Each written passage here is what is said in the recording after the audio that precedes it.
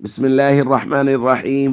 عن عياض رضي الله تعالى عنه قال قال رسول الله صلى الله تعالى عليه وسلم قال الله تعالى إنما بعثتك لأبتليك وأبتلي بك.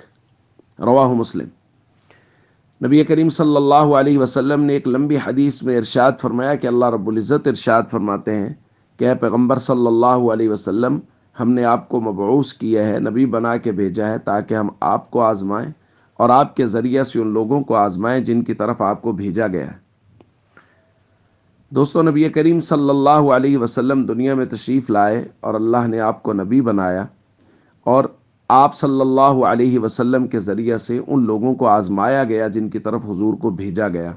کچھ لوگوں نے حضور پر ایمان لایا اور حضور کی شریعت کے مطابق زندگی گزاری۔ اللہ نے نبی کریم صلی اللہ علیہ وسلم کی مبارک زبان سے ان کے لیے جنت کی خوشخبریاں دنیا میں سنا دی، اور کچھ لوگوں نے آپ کا انکار کیا اور وہ لوگ ہمیشہ ہمیشہ کے لیے ناکام ہو گئے۔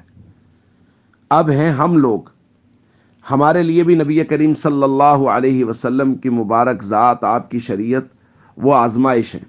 کیا ہم اپنی خواہش نفس کے مطابق زندگی گزارتے ہیں یا نبی کریم صلی اللہ علیہ وسلم کے مبارک طریقوں کے مطابق زندگی گزارتے ہیں؟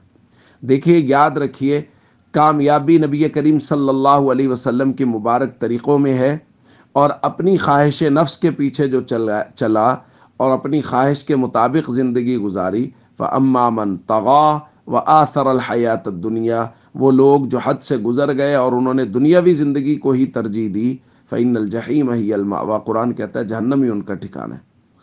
تو اس لیے نبی کریم صلی اللہ علیہ وسلم کی مبارک شرعیت، آپ صلی اللہ علیہ وسلم کا مبارک وجود، وہ ہمارے لیے آزمائش۔ اب ہمیں فیصلہ یہ کرنا ہے کہ ہم نے زندگی اپنی من چاہی گزارنی ہے یا نبی کریم صلی اللہ علیہ وسلم کی چاہت اور اللہ کی چاہت کے مطابق گزارنی۔